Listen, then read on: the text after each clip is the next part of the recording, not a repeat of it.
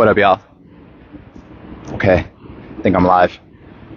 So today's message, you're welcome to do everything that everyone else does, but then that just means you'll have everything that everyone else has. And if you're not inspired by what they have and you follow in the same path, see, because like, you notice people who have the same mindset, they end up in similar places. You know, like, I don't know, man. I guess the way I group compartmentalize life, vengeful people, they don't have a happy ending. Like, bitter, jealous people don't have happy endings. Like, you know what I mean? People that hold on to everything, and we rather get revenge than to get success. It's the most ridiculous thing to me. You rather go avenge, like, you know, your hurt feelings than to go get some money and go find some purpose and figure out why you exist in the first place. I don't know, man. You know, and you got about 100 years if you're lucky to be here. And we think like revenge is a good use of our time, or being petty, or like trying to get your get back. And, you know, that's why, like, one of my favorite quotes is how the greatest revenge is massive success, you know, which means you get them back by not even trying to get them back. You focus on you and being what you're supposed to be, you know. That's what society wants from people, for you to be what you could be, for you to be what you're supposed to be. It's what your mom wants from you. It's what your dad wants from you. It's what we want from each other, you know. To some degree, it's what we require of each other, right? This is why you see an unmotivated person getting pestered by his parents or brothers or cousins, and it's bothersome to him, but like all they, or her, whatever, but all they want is for you to, you know, be what you could, you know. And you know, definitely, you know, people push getting a job more than finding your fulfillment in this world and trying to figure out why you exist, I guess, because, you know. But see, like, I don't know, if you live in America, it can't be that bad. You know what I mean? Like, it's America, bro. You know? So, but all this existential crisis stuff, you can't even focus on that if you don't know how the lights are going to come on. Like, probably you'll never have time to think about, you know, purpose and all that, because you're thinking about the lights not being cut off, you know? So it's like, if you had, my bad. If steering wheel so you can steer.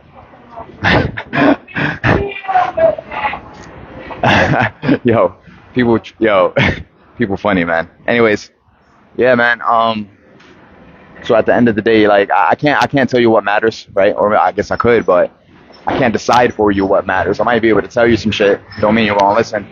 You have to decide within yourself what ultimately matters, right? And when we die and we stand before God, whatever we spent our time on, we can't say that it doesn't matter, because time, resources, energy, and money has been allocated in the direction of the things that we believe matter. You know what I'm saying? Like, if you want to see what someone believes matters, you can see. If you were to tap into their bank account and you see how they're spending their money, there's no denying that whatever the heck they're spending it on, that matters to them. You know what I mean? I remember one time I was talking to my sister, and she was talking about, she was just talking about, like,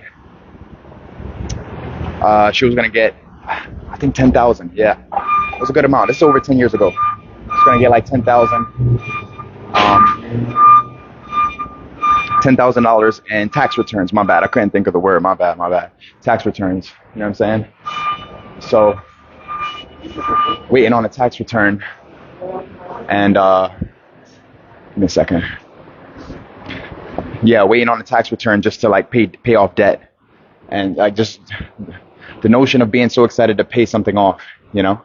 And we get more excited to pay debt than we get excited to like invest and try to change our life, you know. So she got $10,000, and she was like, man, I can't wait to get out of debt. As soon as you get out of debt, you're going to be put right back into it, you know? Because if you ain't making 500 a day, you ain't making 800 a day, like, the debt's going to pile up, you know what I'm saying? Poverty is this: when you have more month at the end of the money, you know?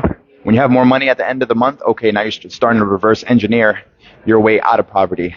But more month at the end of the money, that means it's the 1st and 15th, got your 2 paychecks already, you know? And you got 15 days left, and you already spent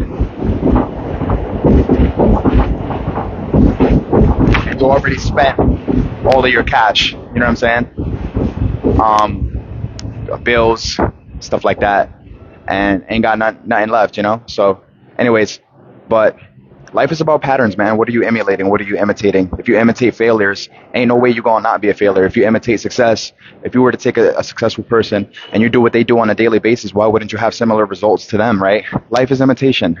Why do you think people are so religious? People are religious because they're longing for something to imitate. They want to imitate the right mode of being, the right way of thinking, the right way of conceptualizing, the right way of, you know? So a good life, I think a good life is the imitation of the right things. A bad life is just, well, the opposite, imitation of the wrong things, you know?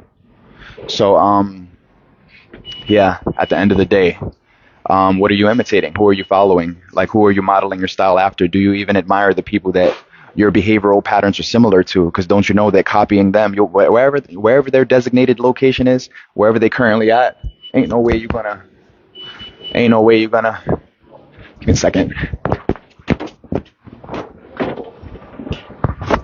Ain't no way you're gonna,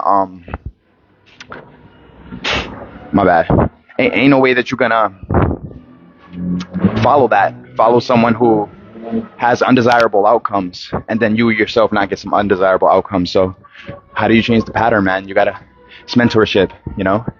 You gotta find something that's worth your time emulating. And how do you find a good mentor? You gotta have enough sense to even look for one. A lot of people don't even know that they should do that. You know what I mean? A lot of people, they are who they are and they're like 57, 67, you know what I mean? And they're still like, have the psychology of a 17-year-old, even though they're 57, 67. That's one of the saddest things to me. Like, at what point do we grow as people? At what point do we become more? At what point do we, you know what I mean?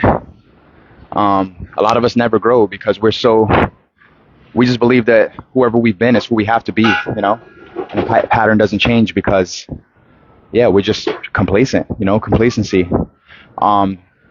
If you're willing to dispense with whatever belief system you have in exchange for another one that would be more suitable, right? Because sometimes people think they're standing on a firm foundation, right? They believe some nutty stuff, right? And their belief system has no foundation and it's shakable. But this is why you feel so pressure when people come to test your belief system, right? And poke holes in it. You might think that they're trying to be combative, right? Maybe they are. There's a lot of combative people in the world, right? But maybe they know something, they understand something that you don't, you know? Maybe they see something that you don't. You know what I mean? And, 1 second. What up? William, I didn't even know you was here, bro. That's crazy. I'm over here talking the whole time. I did not know my brother just stepped in, bro. It's good to see you. My bad, this loud ass train. I don't even know if you can hear me. Anyways, yeah, bro, so success is the imitation of the correct things, man. You know, I became a better person. I swear to God, it's for one reason. Sorry, I remember I was on a TikTok live the other day. I said, I swear to God, I pissed off one of my fellow Christian people. Like, you can't say I swear to God. All right, man, you got it. I won't say it. You know what I mean? So some people are very punctual about stuff. You know what I mean? At the end of the day, I think the greatest commandments. People get so religious about certain stuff, man. Like, I know people that, like, they almost, like, worship a certain day. Like, oh, you shouldn't praise on Saturday. Yeah, it's about, or it shouldn't be Sunday. It should be Saturday. And it's like, bro, I don't think God cares. You know what I'm saying? I don't know. I think you could pick a day, bro. Pick a day, call it your Sabbath. You honor that day, you know. There's in the book of Romans, if you read it, there's two people that honor God more on certain days, and God freely accepts both of them. That's actual scripture. So it's like, what are we fighting over, bro? Somebody eats pork, somebody doesn't. Somebody eats fish, another person doesn't. God loves both of them. One person doesn't eat pork because he thinks it's honoring to God to not eat that. Another person eats pork, but he prays over his food and he thanks God for the food that he has. Both of them are giving honor to God in a different way, and this is what we fight over each other for. But there's scripture that says he accepts us both freely. Doesn't matter if you fucking eat pork. Doesn't matter that you eat fish. Come on, man. Like, what are we arguing about? Stupid shit that don't matter. You know what I mean? Like, come on, man.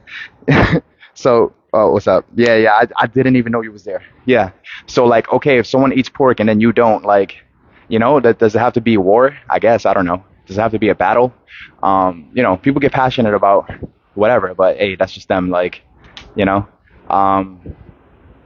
I was about to say I'm not judging. I damn sure am.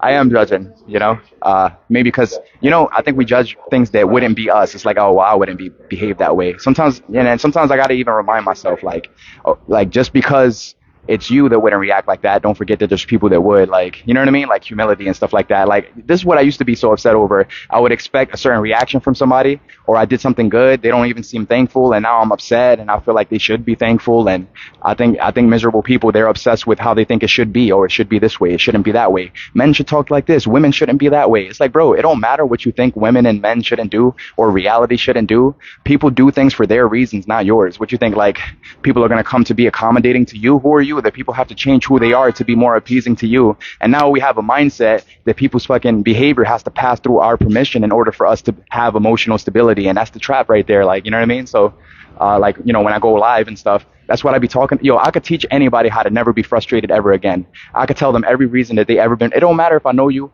what you've been through, where you've been through. Like, there's even scripture in the Bible that says, here's why we have contention, right? We have contention amongst each other because we desire from one another and we cannot obtain. Because we cannot obtain, we fight, we quarrel. So why? Okay, so why do me and you have a problem? Because you have a intended outcome.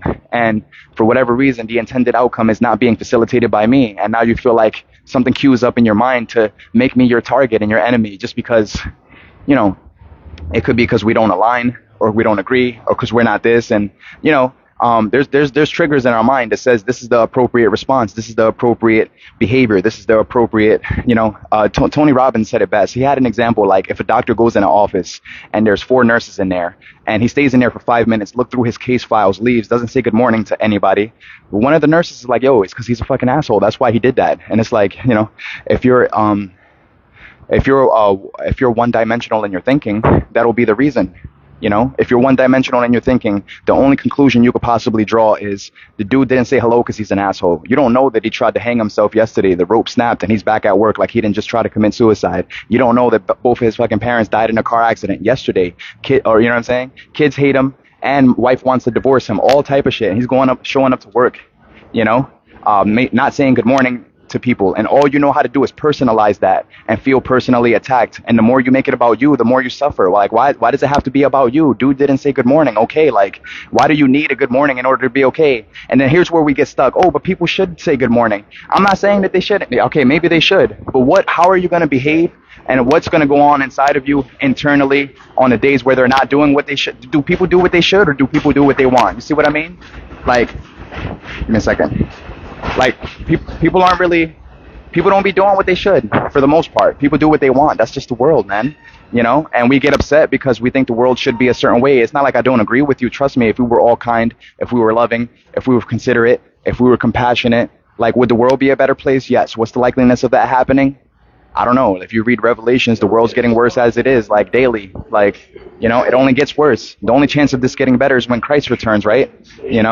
So, I don't know. Some people are optimistic for a better future, but if you believe the Bible, then, for you understand there is no better future. Like, the only good future is when God creates. Give me a second.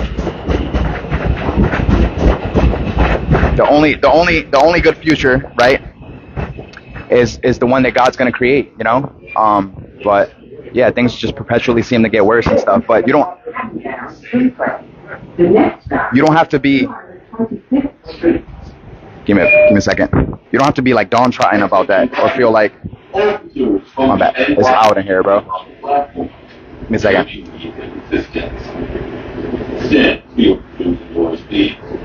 Okay. So, yeah, man, it's just the idea of regardless of what happens, I'm so dedicated to having a good day. And it don't matter who's behaving like what, who's doing like what, how you be. Your behavior has nothing to do with my mood. Like, I'm going to have a fantastic day, right? I had to learn how to be this way, right? I had to listen to people speak, to talk this way. And I was like, you know what? That's a great philosophy. I want to incorporate some of that into me and into my daily life. You know what I mean? Because I used to be super emotionally affected, super bothered because you won't be a certain way, because you won't do something. And you know what I'm saying? And now I think that the problem that I have is you. The biggest problem I ever had is myself. Like, Dan Moeller says, the best day of my life was when I died. and I've been alive ever since. People won't die to their preferences. People won't die to how they think it's supposed to be. Like they're alive according to themselves. Like read the manufacturer's handbook for a microwave. If you put metal in a microwave, you're going to destroy the microwave. It wasn't meant for that. You know, read the manufacturer's handbook for your own life. If you live for your own self, if everything is about you, you'll destroy your life and you'll make it everyone else's fault. And then you have to stand in front of God and take an account of your own decisions. And you know, and even in front of God, you'll probably be like, well, I would have loved more if it wasn't for sounding like Adam and Eve in the garden. Look at the excuses they made. You know, like the woman is being asked what happened, and it's like, well, the snake tricked me, whatever. You know, and then Adam is like, God's talking to Adam. He's like, what happened? He's like, well, the woman you gave me. What do you mean the woman I gave you? So it's my fault that you're deceived? You see what I mean? So you see how, like, that's the fall of man right there, like deception. Like, it's always somebody else's fault that I'm a complete mess. Like, did Jesus talk like that? No, he didn't. You know, there was never a reason why Jesus couldn't wake up in the morning and be Jesus. And you might say, well, that's him and we're us. And it's like, well, maybe that's why we're broken, because we so closely identify to what we are and what we've always been that we can never step into the greatness of his mentality, his ways, his ways of handling things, the way he nurtures, the way he cares, the way that you can't. If you poke, here's a funny analogy, right? Comes from Dan Moeller. He says, if you squeeze an orange juice, you expect orange juice to come out of the orange, right? It's an orange. You know, it only makes sense. If you squeeze an apple, okay, you know, obviously, you're going to get, give me a second. You're going to get, set that, 1 second. If you squeeze a apple juice, you get apple. If you squeeze an apple, you get apple juice. If you squeeze an orange, you get orange juice. Obviously, if you squeeze the orange and apple juice came out of the orange, you'd spit it out. Not because you don't like apple juice, but it's an orange. What the hell is apple juice doing coming out of the orange? You know?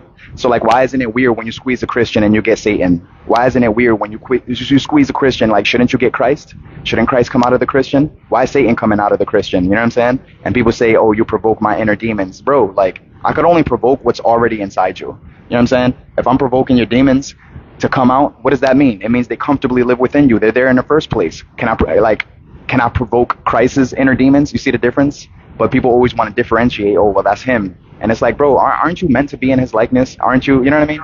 Isn't it supposed to be set up where everywhere you move, he moves, everything you touch, he touches, like, you know, like when you're fully in tune with God, it could probably get to the point where every word out of your mouth is something that he would say if he was here in the flesh, because the only hope that people have of them knowing that he exists is that you exist, right? You're the light of the world, right? Your job is to shine the light. How are you going to shine the light if you're offended? Yo, the spirit of offense, that shit has to go, bro. That shit has to die. If you're battling offense, here's how you get rid of offense and unforgiveness forever. Let's start with unforgiveness. If you're mad at somebody, it's because you only see them for what they did wrong. You can't see them for what they were meant to be. That's why they piss you off, because you see them for all the mistakes they're making. And you're limiting them to that. And you're judging them in the court of your mind and holding them guilty in contempt of court for, you know, for whatever violation that they committed, whatever thing that they did. There's people that have bitterness from 10 years, 15 years ago, 25 years ago.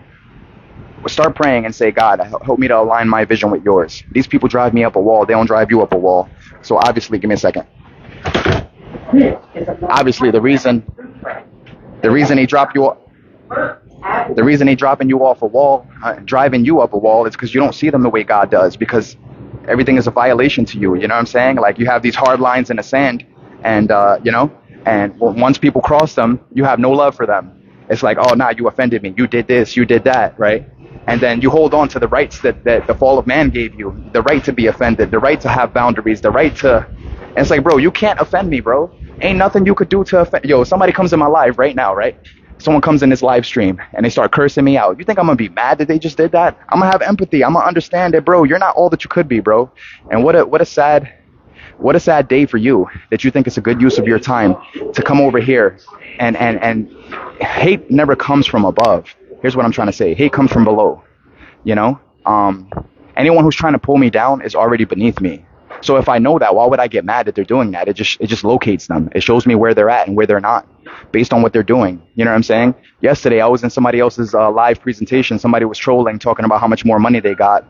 And the dude was like, all right, let's pretend you got money, man. You got all types of money. Give me a second.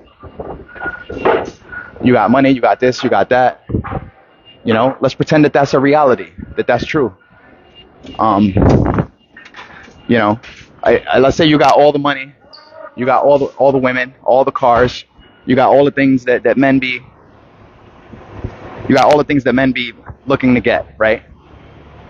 So doesn't that make it even more sad that you're utilizing your time doing what? Attacking me? Give me a second. Hold on. I need to look at my GPS real quick. So, yeah. Anyways, yeah. If someone's hating on you, if here's the thing about evil, it has no logic. Here's the thing about stupid. Stupid has no logic. There's people out here doing some stupid stuff, bro, and you're giving yourself a headache because you're trying to apply logic to it. There is no logic behind stupid. Why would there be any types of logic behind stupid? You know what I'm saying? It's stupid. It's not meant to have logic. It's not meant to be understood from a logical standpoint. You know what I'm saying? And people do things for their reasons, not for yours. It might not be sensible to you, but whatever the hell's going on through their head and whatever they're rationalizing, you know what I'm saying? It makes sense to them. And sometimes people's own reasons don't make sense to them. This is why when you challenge them on why they think a certain way, it's like they feel triggered. They feel like, you know, it's like, hold on, give me a second. I am firmly planted in my belief system. If somebody wants to come challenge it, I'm not scared to have that conversation. I ain't triggered. I ain't going to be emotional about it. It don't matter if your intention is to try to convert me. I'm going to hear what you got to say. Because maybe I'm wrong, right? Maybe. And if I'm wrong, right, and you correct me, and I have a chance to walk through life less stupid, well, then aren't you a blessing to me? You know what I'm saying? Why would I be mad because you're trying to correct me or you're trying to show me how I'm wrong? Now, don't get me wrong. There's people that's all they wake up to prove people wrong. They wake up to point fingers. They wake up, and this is why we don't handle corrective criticism, corrective feedback that well, because so many people, they think that's their gift from God. Like they're part of God's assessment crew. It's like, who the hell anointed you and made you perfect? You know what I'm saying? But for whatever reason, they're doing that. And people that point the most fingers, man, they live the least admirable life possible, man. These people are no inspiration. Like nothing about you inspires them. It's probably why you don't listen to them, because you look at their life, you look at the turmoil they have, they're unhappy. Man, I used to have some miserable, broke people try to tell me about life. It's like, bro, you ain't got no money. Your marriages are falling apart. Kids don't like you. You know what I'm saying? Got no money. The job that you work a job that you hate. You never once took a risk on yourself, a chance on yourself. All you did was complain about the structure of reality, complain about this, complain about that. You know what I'm saying? Live a life full of complaints, but you won't do nothing to change your circumstance. Why would I listen to you? What you think? Because I'm related to you, I'm going to listen to you? You think because you're my parents, I'm going to listen to you? Or, you know what I'm saying? Like, yo, you have to, if you're trying to get someone to listen, here's how you do it. And then let me revert back to how to get rid of offense and forgiveness, because I didn't forget about that. Well, I did, but just now remembered. So if you, give me a second. Damn, lost my train of thought. Okay, let's talk about offense and forgiveness. Here's how to never be offended again. Never make it about yourself. Never make it about your preferences and how people are. And don't get me wrong. Like, you know, you have the right to choose what's going to be allowed in your inner circle, in your inner space. You don't have to just be all inclusive, right? We live in a world where we're supposed to just accept every goddamn thing. It's like, nah, bro, certain things is not allowed to be here. You know, when you construct a house, it's 4 walls and a roof. The 4th wall, you know, I can't take the 4th wall out and just keep 3 walls. That means there's things coming into my home that aren't invited there, you know? I like bears, I like deers, I like squirrels. All that shit is cool. It's just not welcome in my home. We live in a world where you're not allowed to dislike bears. What's wrong with the bear? What are you, racist against bears? What, you got a problem with the squirrels? What you got, like, it's like, bro, ain't no problem with squirrels, bears, and deers. But the fucking deer, it don't need to be hovering over me when I wake up, you know? That's why there's 4 walls, boundaries, hard lines in the sand. You keep certain shit out. I get that, you know? I'm not saying you should walk in alliance and in agreement with things that you disagree with. I'm just saying you don't, you know, you don't have to be offended, right? And here's how you not be offended, right? When someone says something that you think they shouldn't have said, actually, that's why you're offended right there, because you think they shouldn't have said something. Who are you to try to govern dictate another man's speech and what he's allowed to say, what he's not allowed to say? Like, that's how he's expressing himself. Of course, you ain't got to be around that if you don't want to. I'm not talking about whether or not you expose yourself to that. I'm talking about just being offended, just internalizing their behavior and getting pissed off about it. Like, people like that exist, you know, and their personality type isn't unique. Whatever pisses you off, trust me when I tell you, that personality type is massively produced. If I'm saying it correctly, it's been mass engineered, and fucking so many people encompass that same personality type that you wouldn't like. It's not even a person that you dislike, it's the personality traits. You could put the most reprehensible personality traits that are the most reprehensible to you, put them inside of a different person, and you'll dislike the second person for the same reasons you dislike the first person. And that's how I know that dislike is never personal. It's the fucking personality traits. If they change themselves, don't you think they would be something that maybe you could be around for long amounts of time now? You know, how does someone go from being something you can't stand to someone that you want to be around?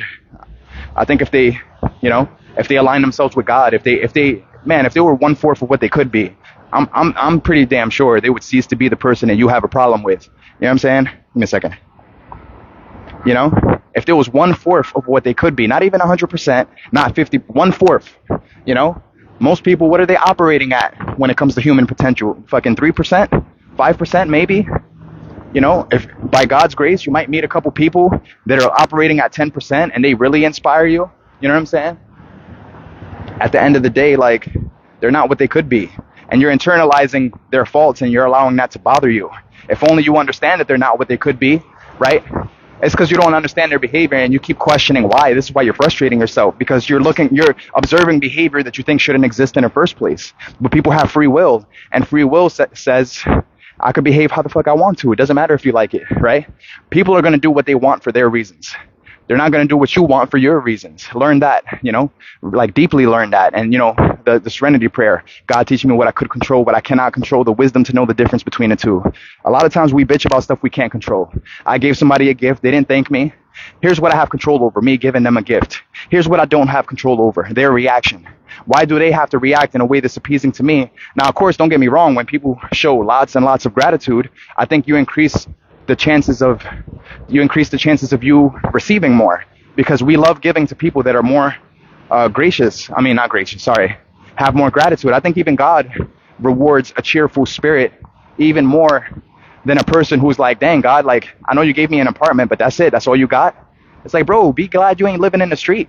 You know what I'm saying? It might not be the apartment you want. Why are you bitching? Like, you know, why don't you make moves towards living the life that you want to live and making the money you want to make, you know, so you could do the things that you want to do. The reasons you can't do the things you want to do, because you don't have the money that you wish you was making. The reason you don't have the money you wish you was making is because we're so passionate talking about how little money matters. Oh, money don't matter like that. That's why you broke, because it don't matter. Another reason that people are broke, because you ask them how much money do they want. I want enough to be comfortable. What the hell is that? What does that mean? 50,000? Put a number on it. 75,000? You want just enough. That's why you're broke, because enough is never enough. Here's how you know enough is enough money. When you have more than enough. More than enough is enough, right? Let's say you make 50,000. 50,000 is just enough for you to be okay. It's not enough because it is enough. Does that make sense to you? You got to have more than enough to have enough. Let's say you make $25,000. You triple that 3 times. So you triple it once, 25,000, you go to 50, and then 100,000, and then 200,000. Best believe if you start making $200,000 a year, as long as your spending habit isn't ridiculous, it is now enough. You know why? Because now you have more than enough, and that's why it's enough, because you live abundantly. You can't, you know, like think about archery. When a guy has a bow and arrow, you can't aim exactly at the target. The further it is, the more you have to arch the bow and arrow at an angle upwards so that it can land on the target. You have to overshoot so you could be on target. So the same way the trajectory of a bow, how it has to be tilted at an upwards angle, is the same thing with money, right? Because think about being, you have a bow and arrow in your hand. The target is like far away, you know? You're going to miss, bro. You're going to miss because you're trying to hit it by hitting it on a dot. You're aiming exactly at it. Your vision is directly in line with what you're trying to hit. And that's why, you know, if you put it 50 feet away, you know, maybe if you got a strong ass bow, maybe you hit it from 50 feet away. But if it's 100 feet away, nah, man, you got to arch that shit, you know, because if you don't, that's why it's not hitting the target. It's not hitting the tree. It's hitting the fucking ground. It's going into the dirt because you're trying to exactly hit the target. And people are doing that with money, and that's why they're broke, because they're trying to just have enough. Enough is not enough. In order to have enough, you have to have more than enough. You know what I'm saying? I never met, you know, all people that talk like that, they're always broke. And that's the quickest sign to knowing if somebody's broke, when you ask them how much money they want. If they could make as much as they could, how much would that be? Oh, I would just have enough. Here's how I know if someone's not going to die broke. When they start saying shit like, whatever I'm capable of, that's what I want. Maybe I'm capable of 1,000 a day, 5,000, 10,000 a day. And if I'm capable of 10,000 a day, I want that number. Not because I'm greedy, but because why not maximize income potential? We try to maximize every other component of life, right? Human beings are the only fucking creatures that don't become what they should. A tree grows as high as it can. You know what I'm saying? A fish fucking swims as far as it can. A bird flies as high as it can. Human beings are the only things that intentionally don't become what they should. Intentionally. You know what I'm saying? Give me a second. My bad. All right. So we talked about being offended, how to get rid of that shit. Get rid of your expectations. It's okay to have preferences. When you have expectations, it borderlines on demanding. Usually people that have I have high expectations. You know what I think of when I hear that? You're an angry person that's probably controlling, can't control your impulses. When shit don't go your way, you're finna throw a fit like a damn 8-year-old, throw a tantrum.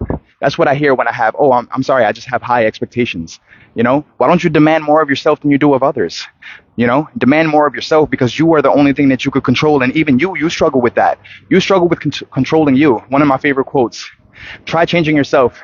See how fucking hard that is. Once you realize how hard it is to change you, maybe then and maybe only then will you realize what little control that you have over others. You know what I'm saying? We out here trying to change everybody else, bro. Come on, like work on you, man. You know? Why? Because the best thing to work on is you. Before you try to have outward reach and try to reach the planet, try to reach the world, there's a whole world inside of you and you won't tend to that world. That's why you can't change anything around you. It's amazing how you put you in a toxic environment. Take the toxicity out of you. It's amazing how you start impacting those that are toxic and getting them to be less toxic. Just because you have a more purified soul, just because you know how to handle shit, just because you know how to not impulsively rage and respond. Here's one of the worst things you could say to another human being. Shut up. Do you know, like, why would you tell someone to shut up? Do you know that you're inviting them to talk more? I can't think of one time in my life that I've witnessed someone tell someone else to shut up and then they actually shut up. You're sending out an invitation. They're going to treat it like it's opposite day. It's like, oh, you just triggered me to say more words. When you want a conversation to end, you stop talking. You don't tell them to stop talking. You stop talking. As soon as you stop talking, they stop talking. Funny how that works. You know, I've known this since I was like 12 years old, 13 years old. I used to be lectured.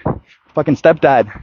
For, you know, shout outs to him. You know, he's not a bad person. I didn't like him so much growing up, but growing up, I realized a lot of the motivations for his ways. It's just I didn't like the anger, man. It just seemed like excessive, you know. I just, you know, I don't know. And I never really had too much respect for anybody who they impulsively, like, getting mad is their first option, their first choice, their first result is like, I'm gonna get mad at some shit, you know. And, you know, if you read the Bible, there's a correlation between being foolish and being angry, you know, because angry people are full of expectations. That's why they're mad. Expectations are getting filled left and right. They think the problem is the world. Nah, the problem is you, man. You think the world is here to be what you want it to be? The world existed before you got here. This ain't your galaxy. You know what I'm saying? Create your own fucking galaxy. And then maybe you could, oh yeah, that's right, you can't. So if you can't create your own galaxy, you might as well figure out how to be adaptable to the current reality that you live in, instead of bitching because it won't go your way. Come on, son. Like, you know, if you want it to go your way, the only thing you could change is your future, your fate, your destiny. You know, that you can have impact on. And hopefully if you become a more purified soul, you know what I'm saying, get to know the Lord more, start to inhibit more of his personality traits into you, right? Now you're impacting other people, right? Because it's more of him into you. You're trying to take the lowest version of yourself and you're sending that out into the world in attempts to try to be impactful. You're not impactful. Like, what personal development have you taken serious? You know what I'm saying? Like, you know, give me a second. Was having a conversation the other day and I'm like, yo, if I was rich, am I almost there? Give me a second. Was having a conversation the other day. Hey, Miss Claudia, how you doing? Was having a conversation the other day, and I was like, yo, if I made $1,000 a day, I love my friend so much, man, that there's certain personal development videos, because they're so damn long, they won't watch the content. I know they won't. 3-hour video, 4-hour video, 5-hour videos, but it's beneficial to the soul. I'm convinced they watch enough of that stuff, it starts the process of them being reprogrammed into a healthier mindset. Give me a second. It's about to get really loud. Hold on.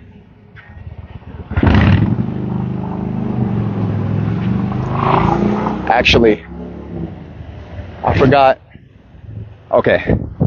Yeah, give me a second. Okay. So I think that would start the process of them being reprogrammed into a better mindset, into a healthier mindset. I never go into something thinking that I'm going to fail, right? Um, this person was like, yo, like your videos might not convert, you know, it might not have the impact on you it had on them. Yeah, possibly. But I'm going into the mission knowing I'm going to succeed. Like, is it arrogant? Sure, I guess. You know what I mean? But maybe it's also arrogant to, give me a second. I don't know. Maybe it's also arrogant to read the Bible, to read a certain scripture that says I could do all things through Christ that strengthens me, you know? So it's like some people hear that and they still have a level of humility that disables them from being active. You know, it's like, I don't know, man. I read that verse, made me a little bit arrogant. Like it made me actually believe it. You know, I could do all things. So like all things, okay. So then when I go into a mission to do something, I'm not set out to fail. I don't care if there's a 0% chance of me failing. If I believe, yo, I'm trying it. You know what I'm saying? Unless it's some dumb shit that's gonna get me killed. If it ain't nothing like that, you know, if it ain't gonna cost me my salvation and it's not gonna cost me like dying prematurely before my time, 45 years before, if it ain't no dumb shit like that, I'll give it a shot. What am I gonna lose? Failing? Okay, it didn't work. You learn from your failures, you know? But I ain't about to go into something saying, yo, it may not work. You know? Like, try it. Because if you don't try it, it definitely is not going to work. You know why? Because you didn't even fucking try. You thought, you know, sometimes we pontificate on the sidelines thinking that we know how a scenario is going to play out. Like, put your theory to the test. You know what I'm saying? So anyways, I was like, yeah, like if I was making 1,000 a day, one of the ways I would spend my money, there's personal development videos that are like 3 hours long, 5 hours long. My friends don't watch that shit. It's too long, right? They can't be bothered. They rather entertain themselves all the way to the grave. And I ain't mad at them. Hey, it's your choice what you're going to do with your time, right? But if life is unbearably hard and you're suffering needlessly, right? Yo, like there's a solution to that, you know? And I'm not sure if they're looking for solutions. So I would send them the videos that meant something to me, and I'd pay them like, I say like 100 an hour at least. So I send you a 5-hour video. I send you $500, right? And then I tell you, I'm willing to pay you $500 more if you write me an essay on what you learned from the video, and if we could have a phone call discussion on what you learned.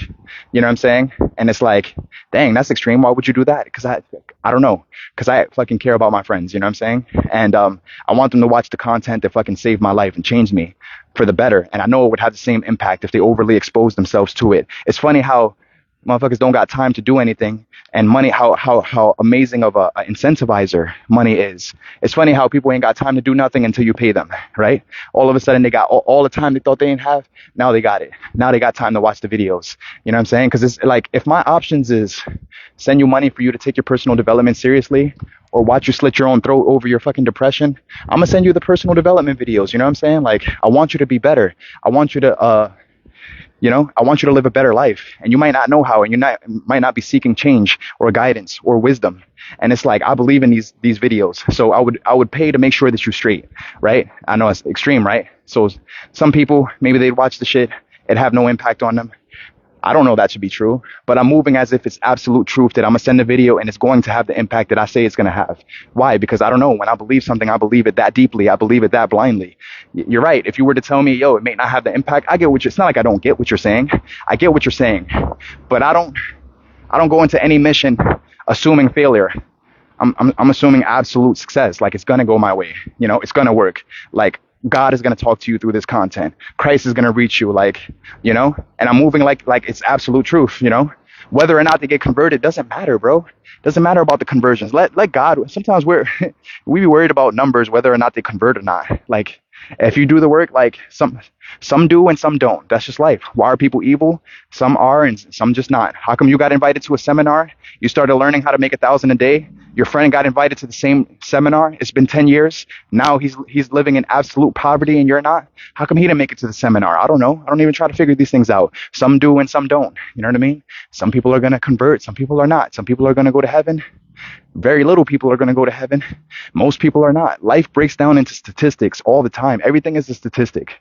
So when you meet disgruntled people, just know that that's the group category that they belong to at the moment. Can they change? Possibly. If God comes down, intervenes, do they want change? Probably not. Most people don't want change. You know, I saw a picture that says, who wants change? Everybody raises their hand. Then he asks, who wants to change? Nobody raises their hand. So you want change, but you don't want to change. How you going to get change if you don't want to change? You know what I'm saying? So it's like, I don't know. So I don't know, man. If I believe in an idea, I think believing in something, you put your time, your energy, your resources, and your money towards the idea. Otherwise, to what degree can you say that you believe? If you're not willing to exercise all options, if you're not willing to try and do whatever it takes, to make sure the mission is accomplished, bro, by any means necessary, as long as your integrity is not compromised and your moral compass, you know what I'm saying? As long as you ain't got to do no weird shit on camera to like, like $1 billion sounds cool. $1 million sounds cool. But if you got to sell your integrity to get the money, I'm not so sure that it's worth it. Of course, some people they ain't got zero integrity. So, their soul has a price tag. And, Satan knows that the best way to incentivize somebody is with money for the most part, because most people want the world. Most people want the world, everything in it, everything of it. You know what I'm saying? So that's good enough for you to have a price tag on your soul for most people, right? Very few people have integrity, a moral compass, and they refuse to sell out no matter what, unconditionally. Like, like if, like with the music thing, like I'd be writing songs and my brother be recommending, hey, you should write songs about bitches and this and that and whatever makes you money. It's like, bro, I'm not doing that, bro. I'm not doing that because I got to compromise myself to do that. I don't believe in that, So if I got to make songs because it sells, right? Nothing wrong with being marketable. Nothing wrong with trying to find what works. But at the end of the day, if the only thing that works, and I don't believe that that's the only thing that works, it might be the quickest way to success, rapping about bitches, hoes, the club, this and that. And it's like, yo, I'm not interested in none of that. I don't want to make music that makes society worse than what it already is. We're already on a downward trajectory. You want me to use my talent to make it worse? I'm good. I'll pass because I have to stand before God one of these days and answer for that. And you won't be standing with me. You'll be standing in front of God separately from me. You know what I'm saying? So, and you won't have to bear the consequences of me making that decision. You know what I mean? It's crazy how people are always trying to talk you into some shit that you have to bear the consequence of. It's funny how that works. If we was tied at the hip, I don't think that people would be so willing. If we were conjoined twins, I don't think people would be talking me into some fuck shit, if we were conjoined twins. But because they don't have to bear the consequences of me doing some stupid or following their dumb recommendations, this is why people just freely give advice. Because you have to bear the consequence, not them. You know what I'm saying? People think I'm stubborn because I won't listen. Bro, like, I have the right not to hear you out. I'll hear you out. Don't get me wrong. People think that I don't listen, but yet I'm able to recite everything they said to me over the last 7 to 10 years. That's proof that I'm listening. What you mean is I don't abide by your orders. And if that's what you mean, you're correct. Yeah, I don't follow your commands. You know what I'm saying? Because if your advice doesn't sit right with my spirit, I don't care that you think I'm stubborn. You know what I'm saying? Like, because I have to bear the consequences of going that direction. You know how many people forfeit their dreams to be safe, bro? People just want to be safe. They want to tiptoe to their grave. They're going to die anyways. You might as well go all in. Try it. You know what I'm saying? Like, I don't know. I just got a different personality type. Like, I lost 20,000, 30,000 gambling. When I tell you I don't give a fuck about that money lost because I know I'm going to make it back and some. Like, I know I have potential. I know once I actualize my potential, bro, what the fuck is $30,000? You know what I'm saying? I might not be living that life now. That's fine. But I know that I'll be there. You know what I'm saying? So what's 30,000? People always cry about my losses more than I do. When I was living in my car for like 2 years, 3 years, guess who was bitching more than me? Everybody. I didn't complain once. You know what I'm saying? I didn't complain not one single time. Right? Because I had my reasons. You know what I'm saying? Like, I needed to wake up in an environment where every day I'm like, I have to get up out of this shit. I was scared of comfortability. I was scared of getting an apartment, falling into complacency, never growing, never actualizing my dream and being a fucking nobody like most people. Most people are nobody. You know what I'm saying? Like, no disrespect to people, but most people don't even make it to heaven. Like, there's a scripture that says, wide is the path that leads to destruction. Narrow is the path that leads to light. And then we have statements like, everybody's just trying their best. Bro, no, they're not. If everybody's trying their best, how come everybody doesn't go to heaven? Most people go to hell. Isn't that proof that most people are not trying their best? You know what I mean? I don't know. It makes sense to me. I don't know if you get, maybe, I'm sure you get what I'm trying to say. But like, sometimes things that we say just to sound optimistic. Everyone's trying their best. No, they're not, bro. You know how many people I know are not trying at all? Not trying to be a better person. Not trying to talk to their wife better. You know what I'm saying? So, anyways, earlier I talked about offense. I don't know if I covered forgiveness, so let's go into that right now. Here's how you forgive anybody for anything. Just know that they're not limited to what they did to you. And if they were walking in the spirit of God, the shit they did to you wouldn't have even been done in the first place, bro. It's when people would walk without the spirit of God that they be on the fuck shit, engaging in some questionable activities, bro. That's life apart from God, you know? Like, if they were one fourth of what they could be, you have to believe that for them, right? If you start believing that and you start empathizing and you start realizing that, yo, like, people just need help, man. People need God, you know? And that's why they do the things that they do. And you know, and if you beg God, I'm telling you, it'll happen. If you beg God for you to be in alignment with his vision towards humanity, there's no reason why you can't see people the way he does. That's his intended design for your life, is for you to be as empathic as he is, as forgiving as he is. That doesn't mean everything is permissible. That doesn't mean, like, you know, because even God has his conditions. Yes, I forgive you, but you got about 100 years to figure it out. You got about 100 years. Most people don't even get there. What's the average lifespan in America? Somewhere between 65 and 78, right? So you got about 78 years to get it right. And, you know, a lot of people die before that time. So give me a second.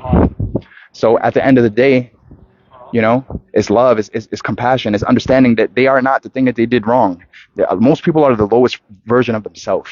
And that's what you're contending with. You're contending with people being the lowest version of themselves, and you're personalizing it. You're personalizing their faults and their behaviors and everything is wrong with them. Yo, if God did that to you, you'd be without hope. You know what I'm saying? So I don't know. This is what I heard Dan Mohler said. It just inspires me to know that I don't want to leave people without hope. I don't want to view you in a way that I know God doesn't view me. Because if he saw me that way, I'd be without hope. If he was like, you reprehensible human being, like talking with Christ, like, man, why are you going to die for these people, man? Don't you see how messed up they are? Don't you see what's wrong with them? Like, this is a dumb sacrifice. Like, I don't know, Christ. Maybe you should stay in heaven with me and you shouldn't go make that. Bro, God will be talking Christ out of the sacrifice because you wouldn't be worth it. Why? Because he only sees you at surface level for what you did wrong. He can't see you for your potential. He can't see you for what you could be. God sees people for what they could be. The reason that you can't understand that is because you view them as a monster. He views them as a human being that became a monster but has the power to potentially be redeemed, you know? And he wants them to be redeemed, right? And this is why sins are forgiving 700 times, 1,000 times, 8,000 times, right? Because if you were one fourth of what you could, you know how beautiful that would be? God knows what everybody would look like if they were fully submitted to him. That's a beautiful image that's worth the blood of Jesus. He believes that, right? That's why he loves. That's why he forgiveness. That's why he has forgiveness easily. You know, you think it's because he's God and you're you. It's not because he's God and you're you. It's because your vision is not in alignment with him. Start conceptualizing things the way that he does. Start viewing people the way that he does. You'd be surprised how fucking easy forgiveness is. And it trips me the fuck out when I look at Christian people and they struggle with forgiveness and love. Those are the two core pillars of Christianity. You know what I mean? It's like you're struggling to be a Christian, bro. Come on, man. Like, it's hard. No, it's not. Like, you know, or are you trying? Like, for real? Like, are you praying? Are you, you know, but some people, they want to hold on to the rights, the thing that keeps them offended. They want to hold on to that shit. Nah, I have every right to be offended. You violated me. You know, you shouldn't have did that and you still did it, you know? And it's like, yo, bro, listen, trust me when I tell you they're the lowest form of self currently. And that's what you're mad at. Their potential isn't actualized at all. And you're looking at the most mediocre version of them that they weren't intended to be in the first place. Because they have free will, they have the right to live out their mediocrity. But at the end of the day, you can't tell me that that's what they were created to be. That's what they chose to be. And maybe that's how the world made them, you know, like to some degree, you know, and they probably blame the world for how they are. Oh, the world made me this way. My mother made me this way. I would love if they wasn't like this. If they sound like Adam and Eve in the garden, you know, Eve, why are you deceived? Oh, sorry, because the devil tricked me. Adam, why'd you follow the woman? Oh, it's like, you know, it was the woman you gave me. No accountability. You know, shame, guilt, the need to be right, all that shit, bro. That wasn't there before sin. None of those attributes, you know. So God wants you to be in alignment with how he sees the world. You know, he wants you to have accountability. He wants you to have self-awareness. Doesn't it trip you the fuck out? You observe people's behavioral patterns and they seem to not know what type of effect they're having on others. You know what I'm saying? Man, there's people that their kids run away from home and you wonder why. And it's like, bro, like, you're being a disgusting human being. You're being mean. You're like, if you're mean to a child, that child will grow up and isolate himself in his room. It doesn't matter that you're the parent. Why do you think love is owed to you by the kid? Because you created them. Like, you know, how pompous is that of you to have that attitude? Like, someone owes you love or someone has to, or someone should be no one has to do shit.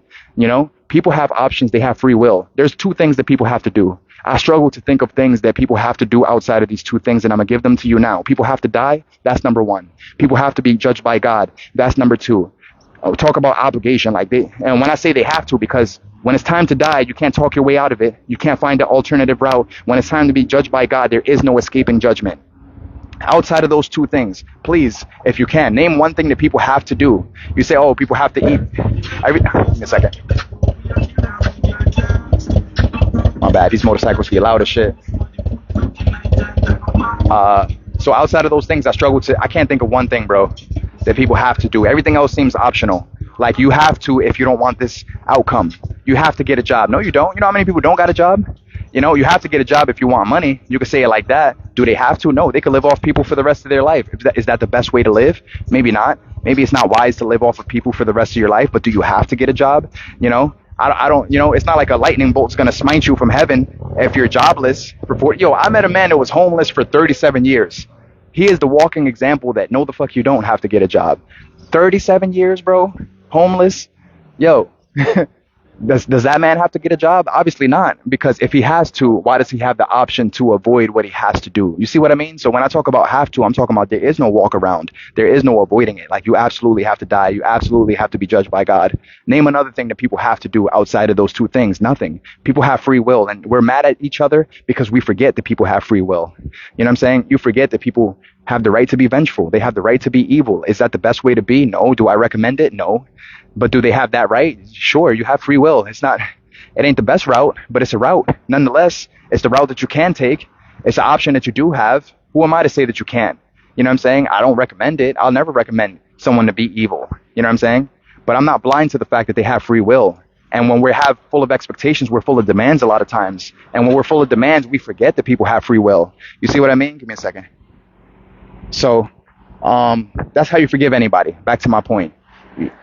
Just beg God for your view on people to be in alignment with his view on people, because he thinks that people are worth dying for. And you think that people are a lost cause. You see the division right there? You see how you're not in alignment? How is it that he thinks that they're worth the blood of Christ and you think that they're a lost cause? So there's a disalignment between your vision and God's vision on people.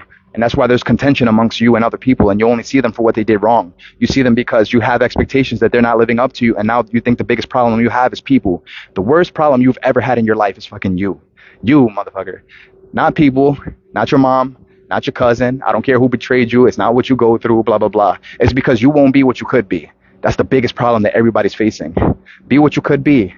You know, people rather be mediocre, which is fine. Be mediocre if you want to be. But if you be what you could be, according to what God created you to be, watch how amazing this life becomes. Watch.